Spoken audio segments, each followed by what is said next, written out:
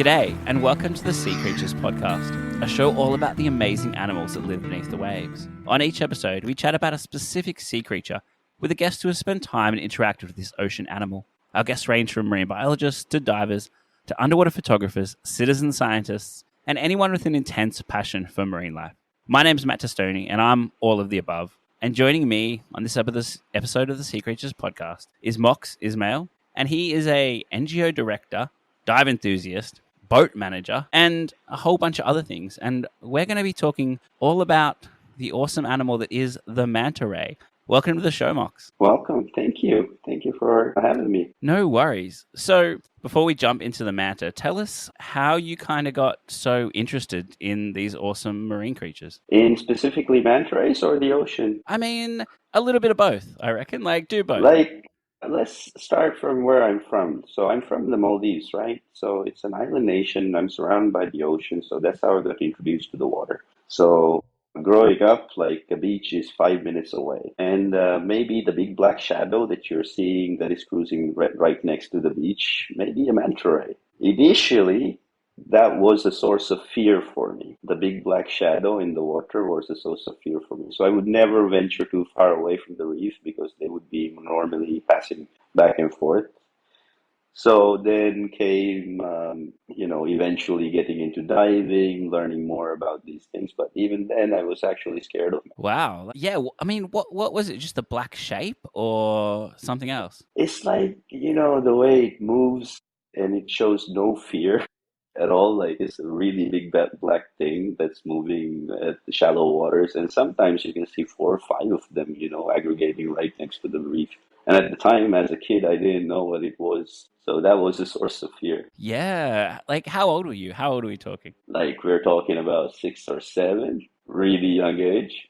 Even our parents were less educated about manta rays and sharks at the time. Even they would say oh, that's scary. That thing will come and eat you. That was using manta rays and whale sharks and sharks was the best way to keep the kids in check.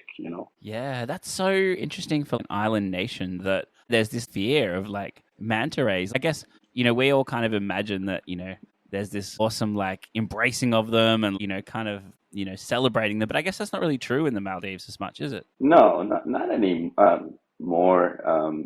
Right now the trend has changed more into people getting more educated about manta rays. They actually know what they're seeing. They have a deep respect for it. But at this time when I was growing up, nobody knew about these things. Yeah, wow. So How did that change for you? Was it a spark that changed you, just something instant, or was it a slow change? I was doing my dive master course. Even then I didn't see mass aggregations of manta rays.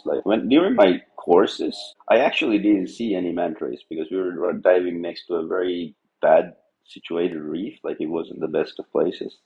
So there was not much manta ray action going on. But then I did a dive to a very close by manta cleaning station. And that's when I actually saw the manta rays. That day it really clicked. Okay, these guys are not really that scary. But initially, before jumping in, there was this fear of what's going to happen? This thing is going to come and hit me like a bus. I don't know the behavior. And also there was the fear on leading a dive to a manta cleaning station because at the time I didn't know anything. So you're doing your dive master and you're okay, I'm going to have to lead paying guests to mantas and I'm worried they're going to actually bump into me. And because it was something that I didn't understand, at the time. The stigma of it being scary creature was still there. But I remember very specific that day as I saw the mantas, and there was 1, and then suddenly 2, and then it became 3, and then 4. So it was a very hectic day at a very simple cleaning station with loads of mantas, and then I actually saw the beauty of it. And then I figured, okay, maybe this is something that I'm going to be spending a lot of time with. So I'll get a little bit more curious about it. I'll study a little bit more. Then I studied a little bit more. I spent more and more time with people who actually knew more stuff about this. Then eventually led a lot of expedition trips in the country with mantas, giving me a lot of insight into how these creatures move, what they eat, how they behave. So that was a very slow but interesting way that I actually got into manta rays. Fear, but then it changed into curiosity, and now I believe I'm very privileged because I'm in such a country that has manta rays. Actually, one of the largest populations of manta rays in the world. We have it here.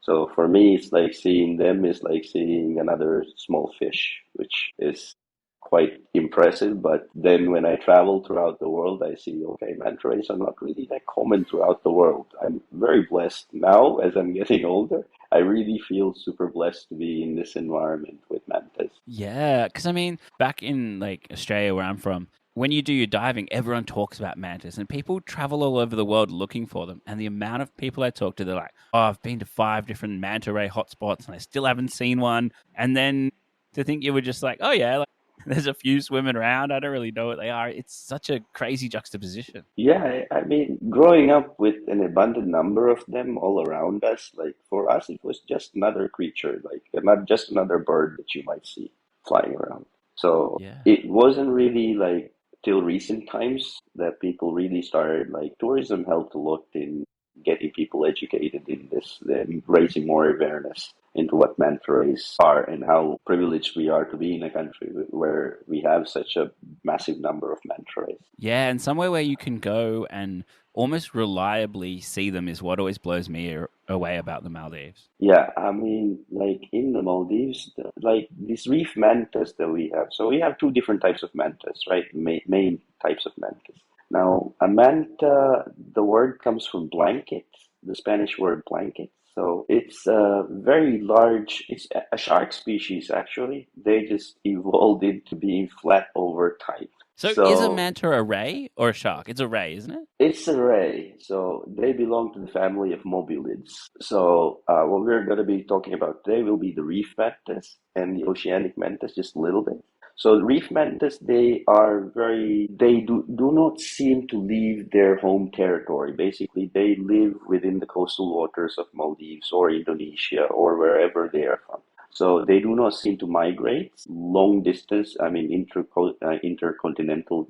They do not do these international sea crossings. But the oceanic manta ray, which are significantly large, these guys seem to be moving from very large distances all throughout the world. And we can see a manta ray in the Maldives, an oceanic manta ray in the Maldives, and couple of months later, we might see it in Revelation Islands or in Socorro or somewhere else or even in Australia. We would never know because these guys, they travel to the most densely packed places where they have plankton because it is what they are normally looking for, food.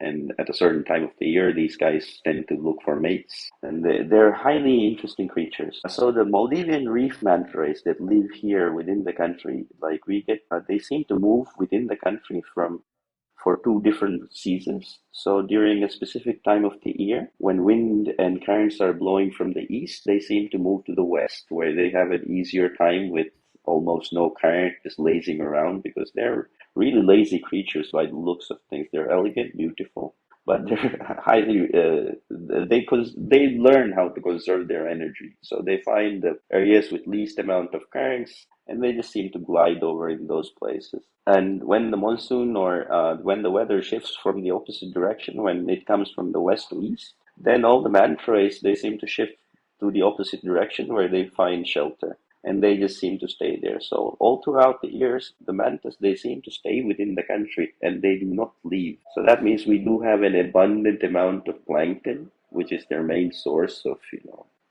main activity that they do, which is feeding and cleaning. Yeah. Yeah. How many manta rays are in the Maldives, do you reckon? What's the population estimate? So the population estimate is over 1,700 plus registered ones. So that is a very big population of manta rays. Yeah, I mean, it's still not a lot, though, when you think about 1,700 individuals is still, yeah, not, Documented yeah. ones, because when they like documenting a manta ray is also no easy task because we're looking at in a rush of manta rays, like when they flood in great numbers, like even documenting at least five within a code of 10 will be extremely difficult because we need to get a picture of their underbelly, which has these very specific spots that are specific to that individual manta ray, which we use to ID. So collecting data on individual manta rays is the most difficult thing, and not many people are interested in this. So we normally use citizen science in order for us to get the most amount of data. So the most amount of data we get is actually from tourists that flood into the country. So they snap a lot of pictures of mantas here and there, and then they send it to the database where they organize everything and they find if a manta ray is new or not. The good thing is the population never seems to be declining. It always seems to be increasing, which is a very Cool. fascinating thing. Yeah. So every season there will be at least about 30 to 50 plus new individual manta rays that come into our vicinity. Yeah, I wonder if some of them like being photographed or like getting closer to people than others. Because when I've seen the oceanic ones, which aren't the reef mantas we're talking about, Yeah. I've noticed that some love to sit above you and they loved the bubbles. And then you'd look at another one in the distance and it would refuse, it would kind of get nervous. And I wonder if that's the same with reef mantas, if there's a preference for being photographed or not. Rather than a preference for being photographed or not, like manta rays are highly intelligent creatures, right? They have the biggest brain in the ocean, I guess. I mean, in comparative with their body size. So manta rays, like these creatures, the reef mantas also, they are highly intelligent. I believe like, they are very curious and they all have emotional intelligence also to some extent because they have things where they show huge personality traits. Some manta rays we've documented that we know we meet at specific places throughout the year. They seem to be very friendly in some cases. Some of the mantas, they like to play around with the bubbles, and they seem to have these characteristics as they age, and they don't seem to let go unless there has been a bad incident of some case, like somebody sticking a GoPro where they shouldn't belong on a manta. So unless like they had a negative interaction, these manta rays normally tend to be curious about what we do in the water. And if you dive with manta rays, you will almost always see when they go past you, they take a very good look at you. Like you can clearly see the eyes just following you, what you're doing, and things like that. And in terms of photography, like some of them like it, but then like the only thing that I say is like we have to be careful when we take photographs of mantas. The only reason is the flash if you're using it. They have very photosensitive eyes. They're normally acclimated to deep waters. Now, if you take flash photography, normally that makes the manta a little bit jumpy. So that's something that we would like to avoid, like flash photography in that case where you're just shining a bright light in their eyes is not really considered to be good. But other than that, they seem to be very curious. And some mantas, I've even noticed that they follow their face in the domes. So when you have your cameras up, so they seem to come, they take a look around, they seem to understand what they're looking at, and then they move away. They also have something that is highly impressive. Like if you've done a night dive with manta rays, which is also something that is quite impressive that you can do here in the Maldives. Like if you do a night dive here, you will notice that manta ray has amazing depth perception. Like it almost never hits you, but Yeah, it I'm all always amazed by like that. like even with magnetic things like these cameras, electronic stuff, gadgets, they never seem to bump into those things. They always glide around it somehow, and they're like snakes, like very liquid fluids in the water, graceful. Yeah, I'm always amazed that, like, on the night diving, especially where everything's dark, everything's chaotic if you've ever done a manta night dive. And yet, yeah, you bump into your fellow divers, but you never bump into, like, a 5 meter wide manta. Yeah, you never bump into one. Like it's amazing how they're able to navigate through all those people and all those rocks and still be able to find food. It's a Yeah. very magnificent feat that they are able to do. Yeah. And so, speaking of food, food is one thing I really wanted to touch on because most people think that they just eat plankton. But I've also heard that they can eat small fish. So, They do you know what the can. consensus is and why and how that works? So oceanic mantas, they've seen that they have some amount of sardines and things in their mouths. And this is also observed in some amount of reef mantas as well. And I believe like it's not intentional, like this is a personal belief. Or I think it's not intentional that they're really targeting for large, massive fish type food, but rather bycatch. So you think they're like sweeping around trying to get the plankton? Yeah. accidentally catch a fish. accidentally catch a fish. And sometimes the filter feeding might not really function level best and it might slip through. So that might be a case because all of these things where, in most cases where this is observed, is of manta rays actually being cut open after. And then they observe what is inside. Like it's not really been documented much of people catching videos or whatever of manta rays actually going after, sardines or silver sides or fish of that sort. They're Yeah. targeting for large plankton-sized creatures, which should be roughly around a centimeter or less. And normally in these plankton-rich waters, these sardines and stuff, they normally like aggregate as well. I think that might be a bycatch situation. But science, on the other hand, they have a debate where they also believe, like manta rays, in order for sustainability of their bodies, they might be going after some amount of sardines. But their preferred source of food should be plankton. Yeah. Interesting. Because, it's one question that I always ask people. As you said, there seems to be no real consensus. But I think bycatchers, especially, I wonder if when they've cut these mantas open, if the fish it's just like in its skeletal form or if it's a whole fish. Because, I guess once a manta swallows a fish, I don't imagine how it gets rid of it from its like digestive tract. Most probably, I've been a part of these biopsy operations where we went to fish markets and we actually did cut open some stuff for the sake of knowledge. It was emotionally gruesome thing that we did, but we did some of those stuff. So we did cut open some manta rays, and this was for us when we were checking what they were actually inside their intestinal tracts. And we did notice that there were some amount of plastics that is normally number one, some amount of large amounts of fish of maybe about a finger size. So these things normally they just seem to be decaying in their bellies, and some over time has processed, and these processes it does get processed in the stomach over time, but we are unable to tell how long it takes for them to digest food. But Yeah. as a manta normally goes through, about 50 to 100 kilos of worth of seawater within several minutes. They will be filtering quite a lot of plankton inside as well. So we're talking about massive filter feeding. Yeah. And does that mean that they're more likely to ingest a lot of plastic pollution as well? Yeah, definitely. If krill is passing through, chances are microplastics will pass through. Most of the fish, not just manta rays, actually, most of the Maldives is built around fish. I guess one of the number one resource that we have.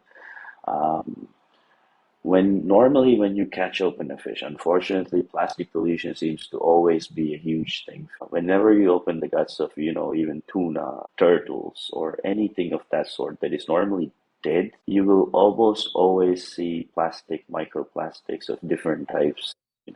Bottle caps, you name it. The bigger the creature gets, the more types of weird things you might find in their bellies. And are those kind of microplastics, are they like leading directly to death or are they more leading to poor health, like in your experience? I think these fish, they don't seem to be healthy, so they seem to be dying from, sometimes like these turtles that I was just talking about.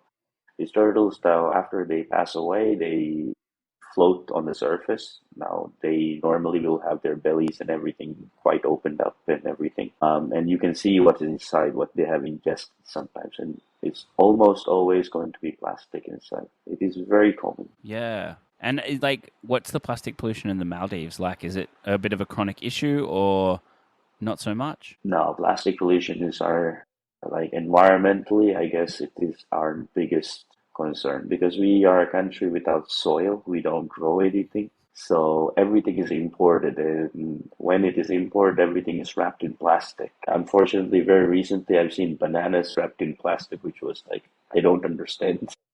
Oh my God. But, for the sake of produce, having fresh produce and whatnot, everything is imported to plastic. Water is normally in the form of bottles, which are also plastic. Geographically, just because of the place where we are, we're in the middle of the Indian Ocean over the equator line.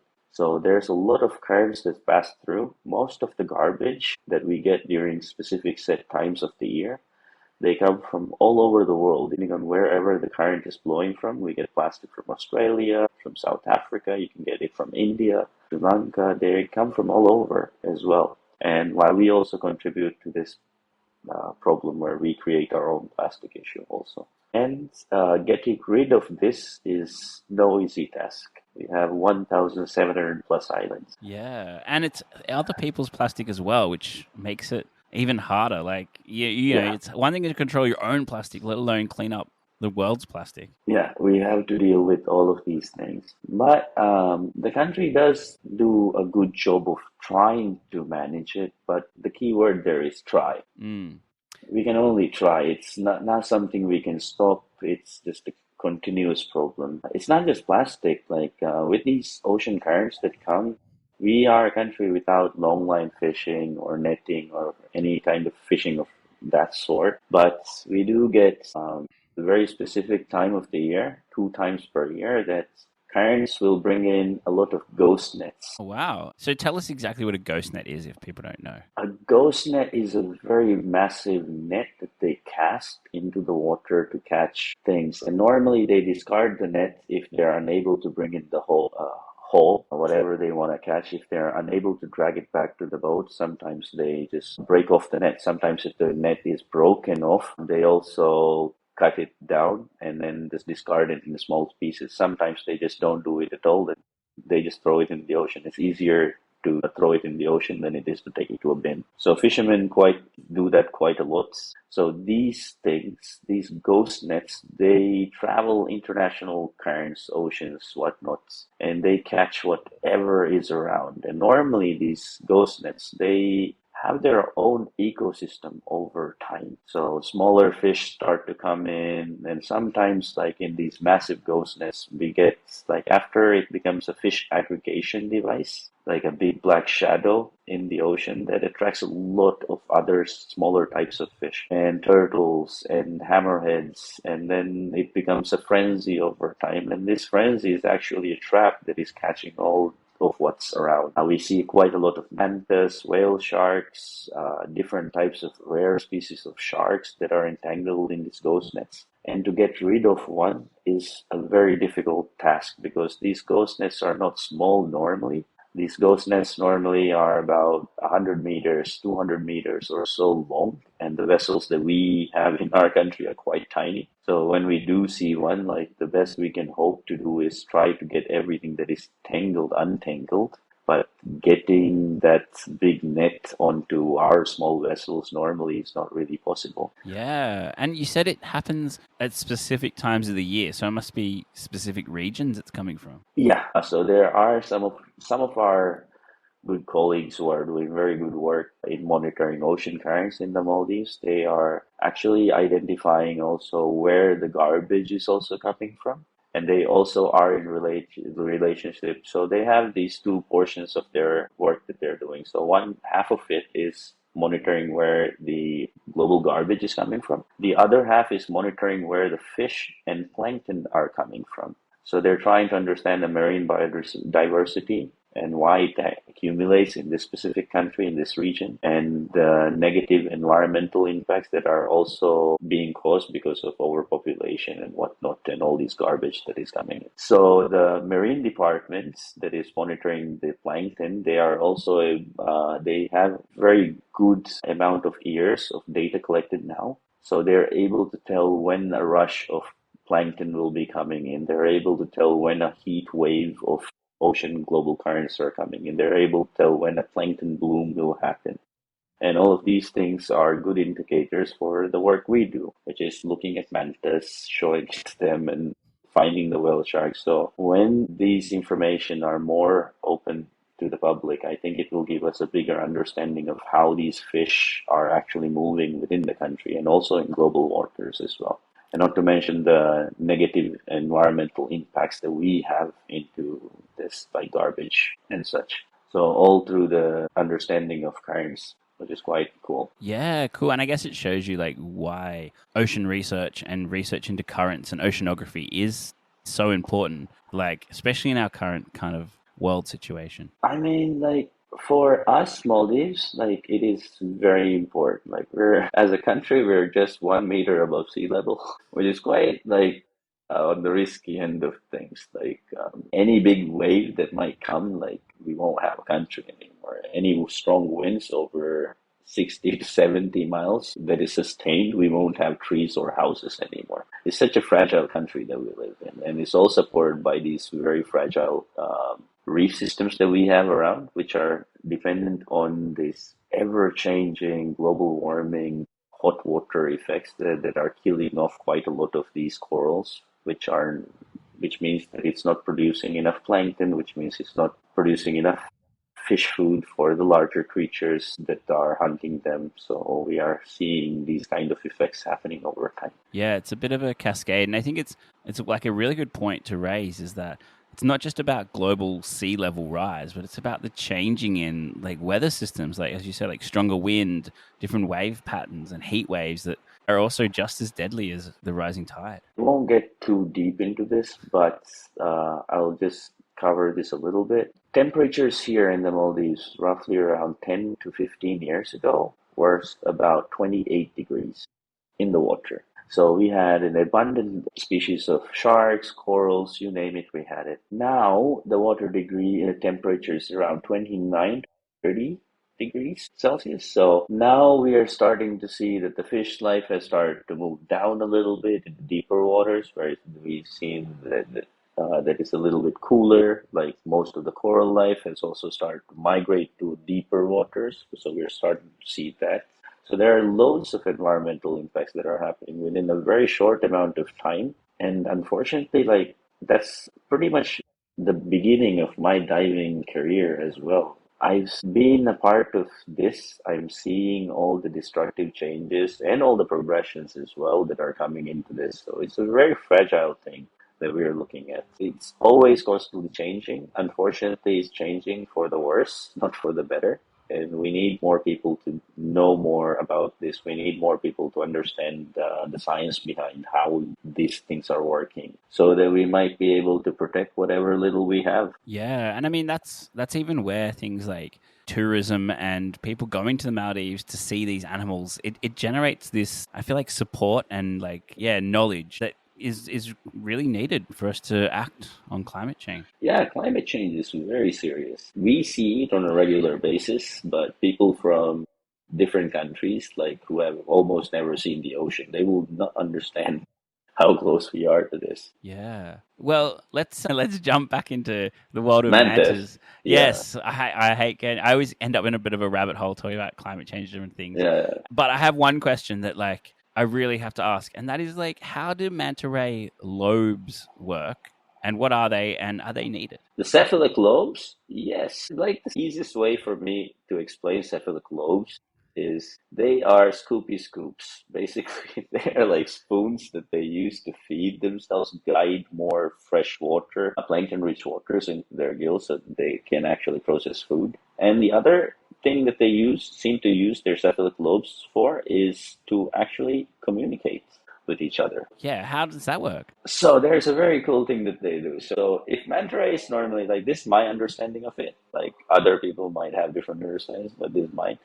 Like if the manta ray has both of its cephalic lobes pointed inwards towards their mouth, so that's like eating motion. Like if a manta has cephalic lobes out, normally this is for streamlining, and normally you see them moving quite fast. So it becomes a little bit of a navigational thing. Now, when manta rays seem to be communicating, they seem to flex these cephalic lobes both in and out, and the other reciprocating manta also does the same. So they seem to Wow. use this as a form of communication, which is quite cool. Yeah. And so if anyone doesn't know, these like are the lobes like kind of just past the eye that kind of stick out and give them that kind of definitive manta ray-ish Yeah, kind of shape. like that's why they're also called devil rays, right? The two horns, like why people got confused in the first place. Yeah, but like they're communicators, and the best way is for them to feed actually is through the use of it. Aside from the cephalic lobes, they do also have a set of teeth on the lower end of their mouths, Ahoy there! Just a quick break from the show. This is Matt. Just to let you know that our Patreon account, which is patreon.com/Seacreatures is about to get a bit of a revamp. We're going to start putting up lots of questions, start putting up bonus episodes, and extra content and extra ways you can engage in the Seacreatures world. So, visit our Patreon and watch as we slowly transform it over the next few months to make the Seacreatures world even more awesome. Now back to the show. which people don't actually know about. I didn't know about that, no. Yeah, they do have teeth. They're like little, the little stones you see, the ones with pores. Like it's a very porous type teeth. It's likely something you would use for a grinder of some sort. What are they for? Like mashing up plankton or just? No, they're actually like the most amount of time I've actually seen them use that thing is when they are mating. Talk us through because manta ray mating is pretty cool, the whole train thing and all that. But talk us through how manta ray mating works. So this happens at specific set times of the year, like at very specific places throughout the Maldives, and I've been very lucky to see these things. So normally, like there's one very sexy looking female, okay, and she is massive. The fully matured female will be a massive female, so she will be a little bit chunky but very big. So following the female will be a train of male mantas who are trying to keep up with the female manta, and the objective is for the female manta to eventually make a lot of dance moves which the males are unable to compete or keep up with. And there will be one manta that is able to keep up with it, and then that's the guy that gets lucky. So this manta goes over the female manta, and it's a courtship behavior where they're just over one another. And the male manta glides over to the side after this. So this is also part of keeping up with the manta. It goes over to the side of it, grabs a hold of one of the pectoral fins, and then slides under, where then they start copulating. Wow. So the whole part of what I've seen them use their teeth is for that initial bites to, what's the word for it, to hold down the lady, Yeah. I guess. So it's on the pectoral fin of the manta ray. They bite down and they don't let go throughout the whole process. So the process is fairly quick, roughly around 15 to 30 seconds is what I've seen. Yeah. But the mating ritual is significantly long depending on the amount of manta rays that are following the female. Yeah. Like how many are we talking? How many can follow? So I've seen trains of more than 15. Whoa. Which is quite a lot of manta rays to be chasing after the females. And even when there are other females present in the area of mating, like there always seems to be one who is better than the others. So that one will have more suitors, I guess. I think Yeah. she is the cream of the crop, like the best looking manta. It's getting the most amount of attention. So yeah. And Yeah. after the mating process is done, you normally see these red markings on the female manta's pectoral fin, their wingtip, on one side where some amount of grinding has caused. Now, this mating ritual is also quite risky to some extent. So the female manta, when they are ready to copulate, they almost always swim towards the surface. Yeah. And then the male manta keeps up, does the piggyback ride, the nibble, and then the copulation. And then at this point, they're normally almost at the surface, facing upwards. And then they fall negatively buoyant, like a kite, like a spiraling down in many, many different ways. And the reason for that is because manta rays are negatively buoyant. Like most sharks, they don't have swim bladders. Yeah. So if a manta stops moving, they will eventually sink really rapidly, so they use their gliding motions to swim around. Yeah. So they're maintaining buoyancy. They're just gliding the water, but they are actually negatively buoyant. If they stop all motion, they will actually bang on the floor. So Wow. banging onto a coral reef is not going to be nice. So all of that action needs to happen before they fall down. Yeah. Wow, that's amazing. I mean, that's a cool fact about the lack of the swim bladder too. Does that mean that mantas need to continuously be moving? Or do you think they're sitting on the bottom of the ocean somewhere sometimes? Like, I can only speak about depths that we know of, right? And let's say the depths that we know of about 60 meters and up. So the reef mantis, they seem to be living at fairly coastal areas, but then again, Maldives has very shallow reefs, which do accumulate a lot of plankton at shallower waters. We have some countries with deeper shelves on the reefs where plankton seems to aggregate a little bit deeper. So mantis don't really need to surface up at these places in order to feed. Yeah. Have you ever seen a baby manta? Only in videos. But Ah, then like baby mantis, like I've seen mantis that are maybe about a little bit bigger than a meter or so. I cannot tell that they're newly born, but they seem like they've been around. So maybe about a meter or more I've seen. Now, this has been documented in what do you call aquariums actually.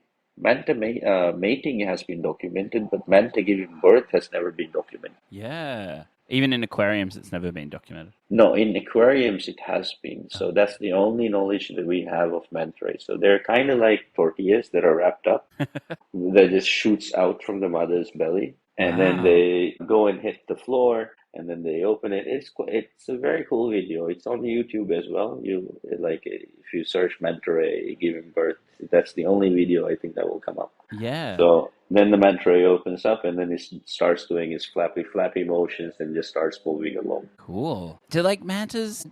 Would young mantas follow their parents, or are they just like lots of fish? In which case, they're just out on their own. So mantas are highly social creatures, but I do not see these parental, sibling, mother, daughter, this kind of relationships with manta rays. But they almost always seem to go together in groups when because the main intention for mantas, I guess, is to feed throughout the whole day and then to get cleaned. That is when they normally seem to be resting. And then again, the cycle turns back to feeding. Yeah. And does the feeding, like, if there's more mantas feeding, would that create some kind of current that is easier to feed, or is that?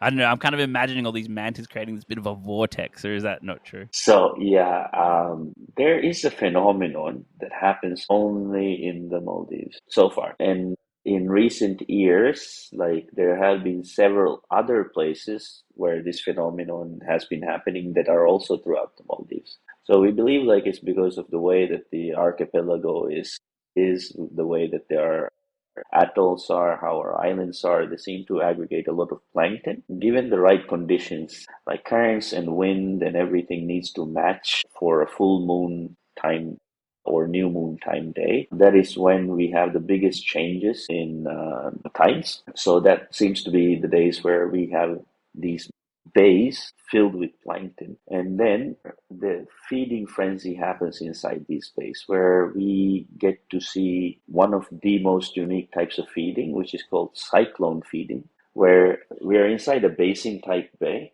So there's no current inside already, just the water with the plankton rich water that flooded inside this basin.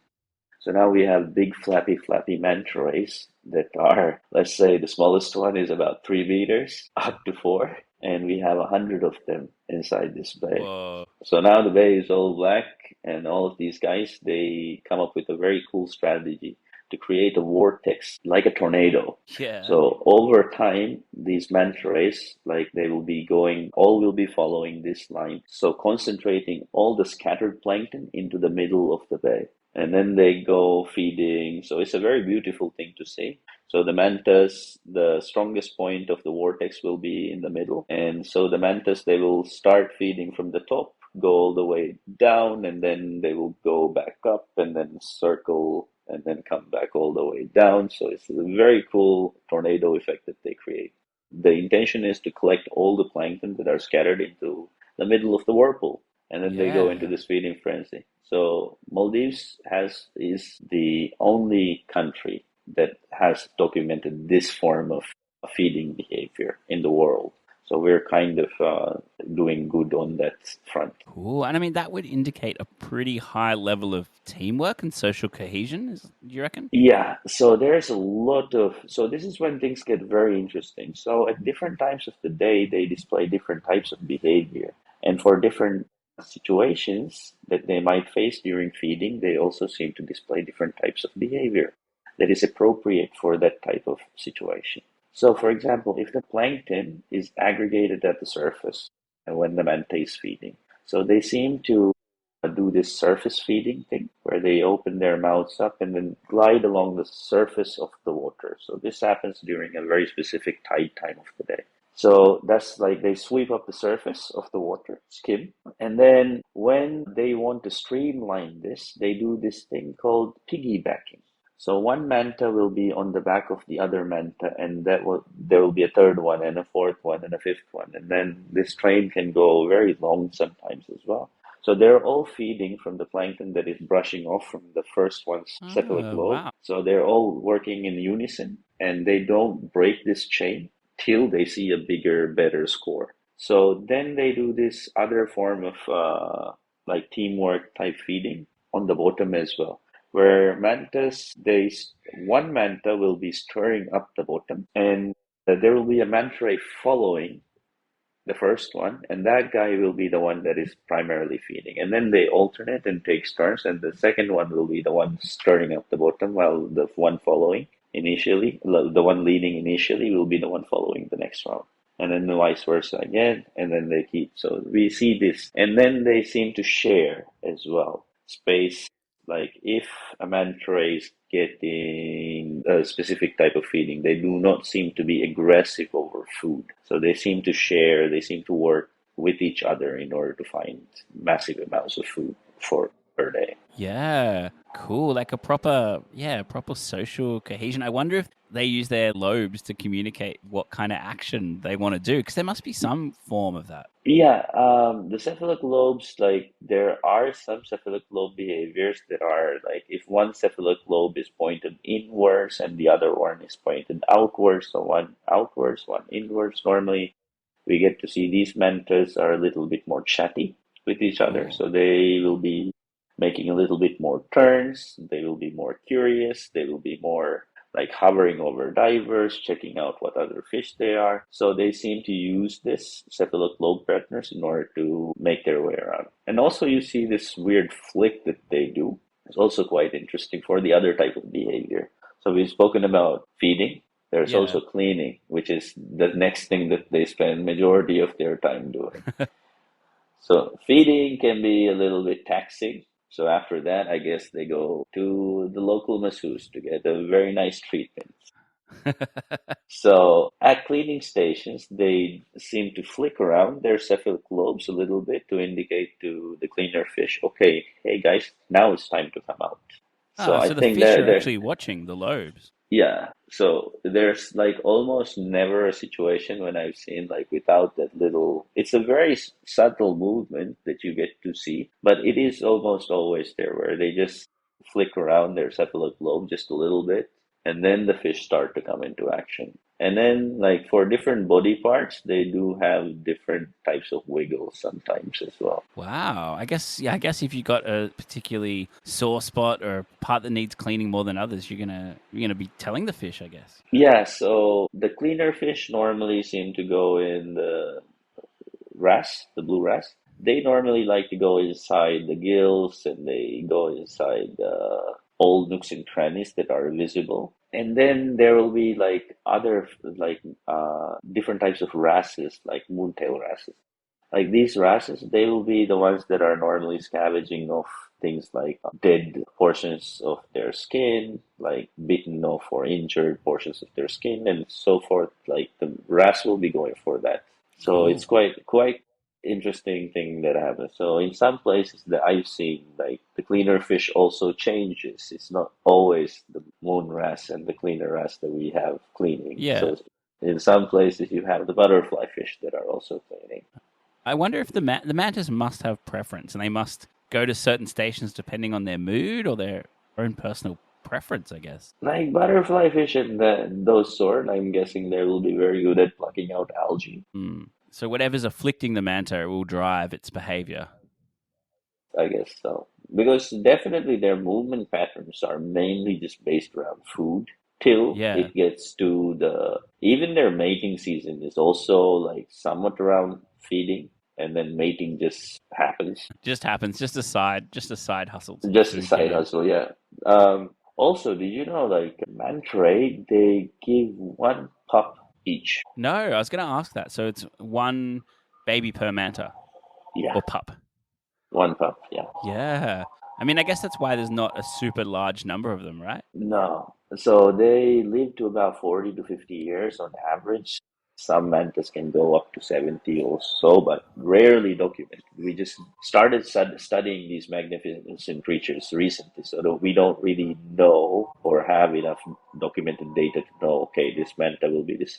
So we say 40 to 50 years Yeah. with the ability to go up to about 70 given the right conditions and so forth. So that's how long they live for. Now, they give birth once every 2 to 3 years. Oh, wow. That's not much at all for a species that's so big and like ends up bycatch so much, is it? Yeah, yeah. So, and they reach sexual maturity late in their lives. It's not like it's like most other shark species and so forth that they reach sexual maturity really early. Like these guys reach sexual maturity around 20 to 25 years. That's like half their life already gone when they reach sexual Yeah. maturity. Yeah. Wow. And I guess they're only, yeah. So that means that if their population crashes, it's actually quite a hard Yeah. recovery. Yeah. Well, before we kind of wrap it up, are there any other cool facts about mantas that like we haven't shared or that you really think like blows you away? Manta rays, like, I mean, I know they leap. Like that was going to be my cool fact is that they do leap out of the water, but I don't know why. so they leap out of the water. So this is again a very controversial topic. So some say they just glide out of the water, which is also a highly possibility. Others say like during mating season, the males, they seem to come and do these belly flops. Mm. And we also tend to see this behavior a little bit closer to mating season time. So they just leap out of the water. So they just create a really loud noise. It's just like us at a bar. You think they're just showing off? Showing off just a little bit, but other than that, nothing much happens because loud noises normally attracts different types of predators and so forth. So unless they had a very good reason to, I don't think they'll be leaping out of the water. So what do you think the reason is? Like, is it a mating behavior or I is it think it's just... the mating, so social mating behavior. Like dolphins do these different types of flopping around just to indicate the social hierarchy that they might have, or just to indicate that it's time for a specific time of thing that they want to do, or just to even show off and have fun. Yeah. Now, manta rays actually did pass mirror tests. Do you know what mirror tests are? Tell us about a mirror test. Tell us what it is first. So a mirror test is when, like, we pass mirror tests very easily because we are able to understand what we are looking at. So if I show a picture of you to you, you know what you're looking at. If I show a mirror and reflect it on you, you know what you're looking at. You know it's you. So it's a basic understanding of intellectual intelligence when the creature understands what they are as an individual. So it's the easiest way to understand this. So this test has been done by many mammals that are on land. And with mammals, it's quite easy to understand this if they know what they're looking at. So, but with marine creatures, it's not that easy, especially big, massive manta rays. Yeah. So remember the thing that I said about domes, where they actually recognize that there's a manta ray there, and they know how close or far away they are from the dome and so forth. So this is also them passing the mirror test in a way. So if a manta ray, they are also able to understand that this is them, that they are making this maneuver. People have tried to do this, and manta rays do seem to be very curious about this and display very cool things where they pose in front of the mirror and they make little, movements, and they track their own movements. So this is them passing the mirror test to some extent.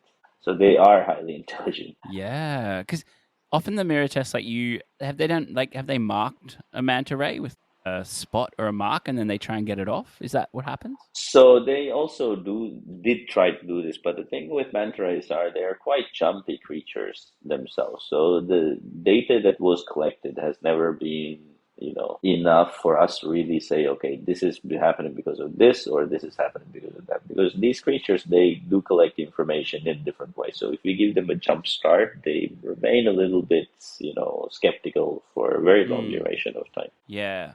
Yeah, so it's not as easy to just mark them and have them look in a mirror and see it. They're kind of... Yeah, cool. Well, my respect for the manta just keeps going up. I mean, I knew they were smart, but when you hear all these things, you go, whoa, they're actually... Yeah, possibly one of the smartest fish in the sea, I reckon. They are, I never say one. There are always going to be one of the smartest because there's always a smarter. My most recent fascination is with octopus now. Yeah. You think they're as smart as mantas or on par? I think they are quite intelligent and almost on par. I've seen them do very cool things, problem solving and so forth, but I do not know how to conduct a mirror test on one of those guys. Yeah, But I mean, I've seen them. so Yeah, doing the jar twisting and getting food out by twisting a jar one way, and then you put a different jar and they'll twist it the other. It's pretty crazy. Yeah. Well. so Yeah. Sorry, go on. no, I was waiting for you. Yeah. Yeah. So I guess that kind of brings us to the end. Unless there's one last cool manta bit you want to tell us about. Let me think. One of the most misunderstood things about manta rays, and as a person who deals with a lot of tourists, Yeah. does the manta ray have a stinger? I was gonna ask that, and then I was like, no, it can't, right? It's not it's just what do you call it? Something to make it look pretty now at this point. They did have barbs at some point, and there is an area of their back where they used to have the deposit still there. But it is completely useless now at this point. And so now the barb is just ornament. It's just a decorative piece. It has no function whatsoever now at this point. So if you look closely, you will see something like a barb, But it's not hidden. It's not a barb. It's not a barb. Yeah, And they can easily break off as well. Yeah, okay. Because manta rays are pretty they're harmless to humans, really, aren't They are. They are what we call non-tactile creatures. They're absolutely harmless. You will never find a manta ray coming and eating. I would be surprised if they made a Jaws movie for mantas. It doesn't work though. It's never gonna happen. I could see it. A manta with a huge mouth just swallowing up all the tourists, yeah. Yeah, people will buy it. We bought it. I bought it when I was a kid. Yeah. Well, My last cool fact about a manta is actually not a fact. It's a question. What do you call a group of mantas? Ooh, I want to say flock, but what's the answer? Squad. A squad. I mean, that's just even cooler. A squad of mantas. They Do have you use that squad. a lot? Yeah, I try to use it, but I almost always end up messing it up and saying school of mantas or something like that. I'm not used to calling fish, something so cool, the squad of mantas that are coming your way. Yeah, so they're called a squad. Yeah. Cool. I'm gonna have to I'm gonna have to use that. That's awesome. Squad. Well, if anyone wants to learn more about manta rays, what should they do and where should they go? So there's an organization that has been pioneers of manta ray research here in the Maldives and also globally called Manta Trust. These guys have the biggest database of manta rays also. So they collect data from citizen science and you can upload it yourself as well. So Manta Trust is the people to contact. They have a very nice website called mantatrust.org. So if you log on it, you'll be able to see the projects that they're involved in, what they're doing, and how you can get involved in their projects as well. And if you want to donate, you can donate something there as well. And if you want to become an intern or something, scholarships, they do have all these many internship programs that are readily available for international students who are willing to learn. So these are the people to go to. And I think they've done the most amount of work in terms of manta ray science in the world. So yeah, so they started off here in the Maldives. So NGO is the people to go if you want to learn more about Manta Rays. Yeah, awesome. I'll put some links to that in the show notes. Yeah. Well, thank you very much for being on. It was great to chat. Yeah, it was an amazing experience. Thank you, buddy. Seacreatures Podcast is hosted, edited, and produced by myself, Matt Testoni. Production assistance by George McGrath, and music by the amazing and talented Dan Musil. You may have noticed that Seacreatures Podcast has been a bit slow over the last 12 months with only a few episodes. Well, I'm here to tell you that this is the first of a new set of episodes that are going to be released much more frequently. We're going to have an updated website, an updated Patreon so you can support the show and support the more frequent delivery of episodes. So stay tuned for that. We also are about to launch little bonus episodes that focus around the shows for anyone that's liking the podcast and wants to hear a little bit more. Coming up next time on the Seacreatures Podcast, we're going to be delving into the world of the Nautilus. Until then, my name's Matt Testoni. This is the Seacreatures Podcast. Over and out.